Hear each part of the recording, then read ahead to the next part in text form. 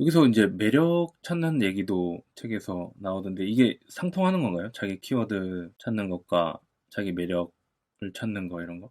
매력은 사실 누구에게나 다 존재를 해요. 네.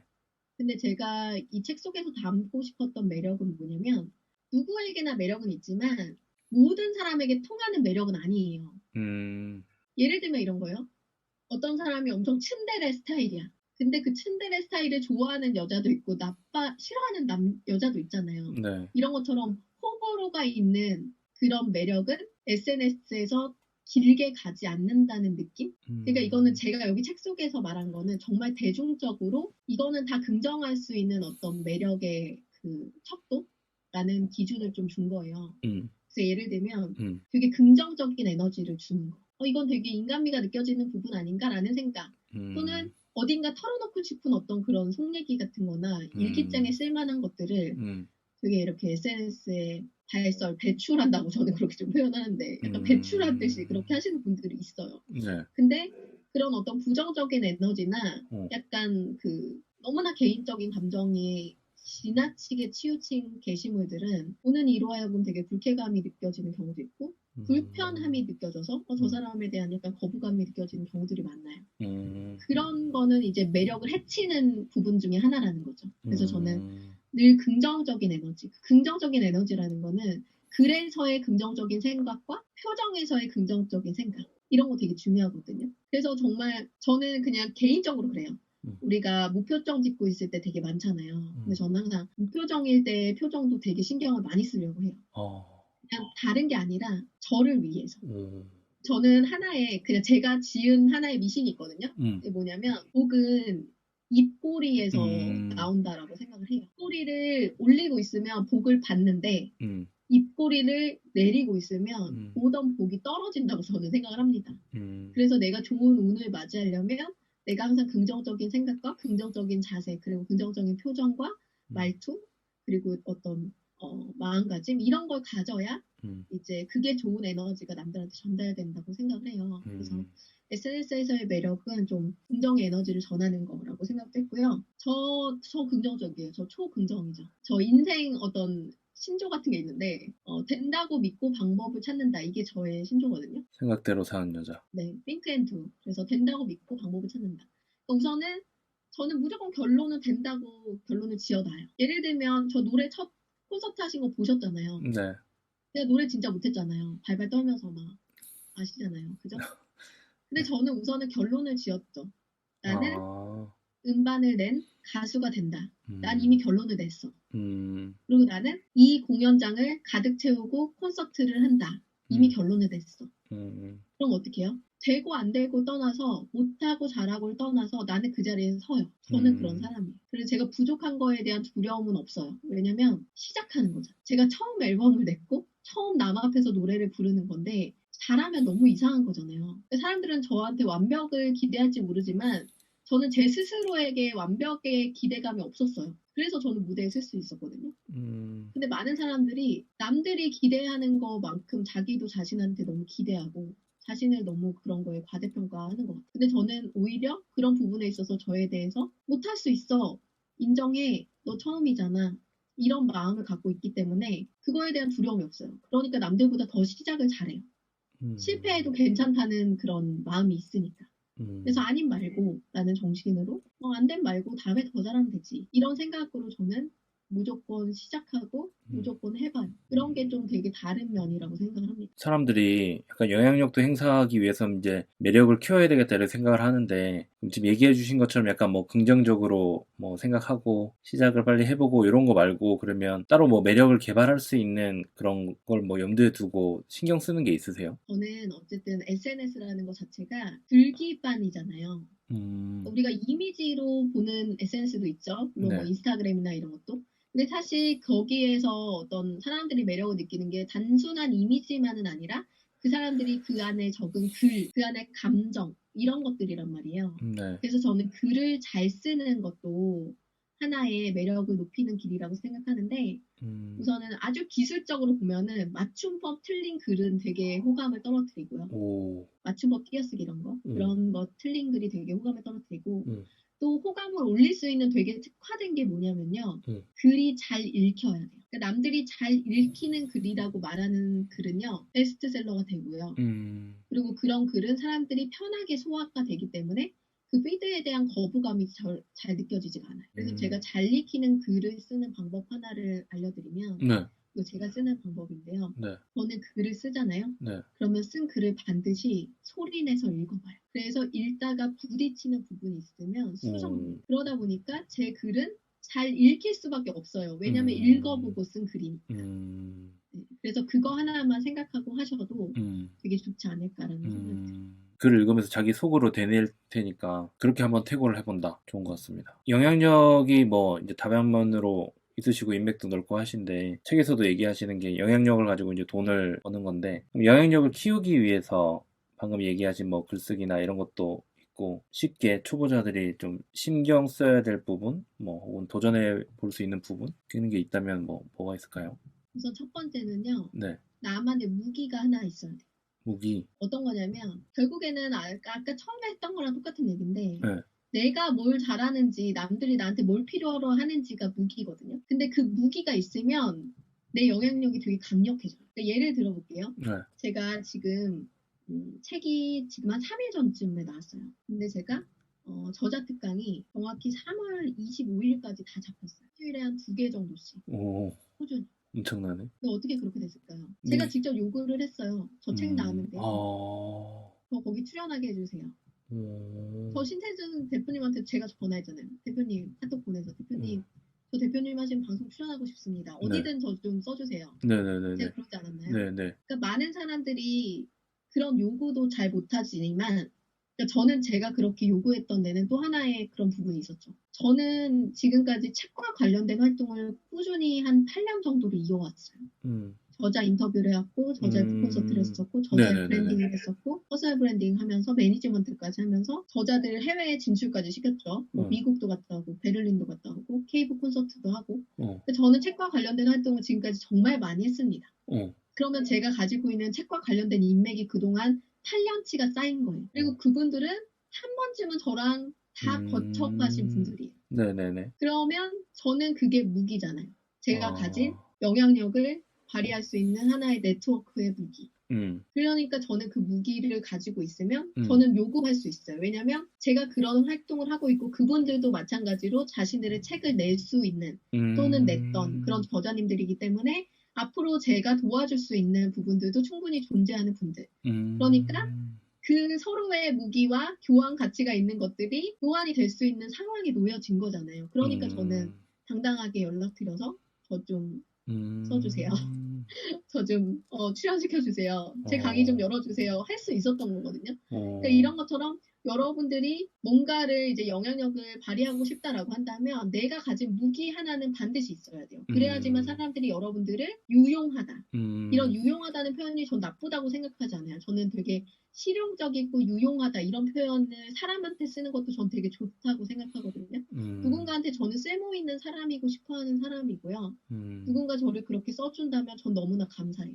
그런데 우리가 그런 무기를 하나씩은 들고 있어야 된다. 근데 만약에 남들이 나를 떠올렸을 때 나한테 부탁하거나 요구하거나 나를 찾는 이유가 없다면 그건 진짜 곰곰이 생각해 보셔야 돼요. 그러니까 지금까지 살아온 것들 중에 내가 가지고 있는 무기는 과연 무엇이었을까? 만약에 그게 없다면 왜 없을까? 그럼 그걸 어떻게 하면 더 강력하게 개발할 수 있을까? 이런 고민을 진짜 진지하게 하셔야 돼요.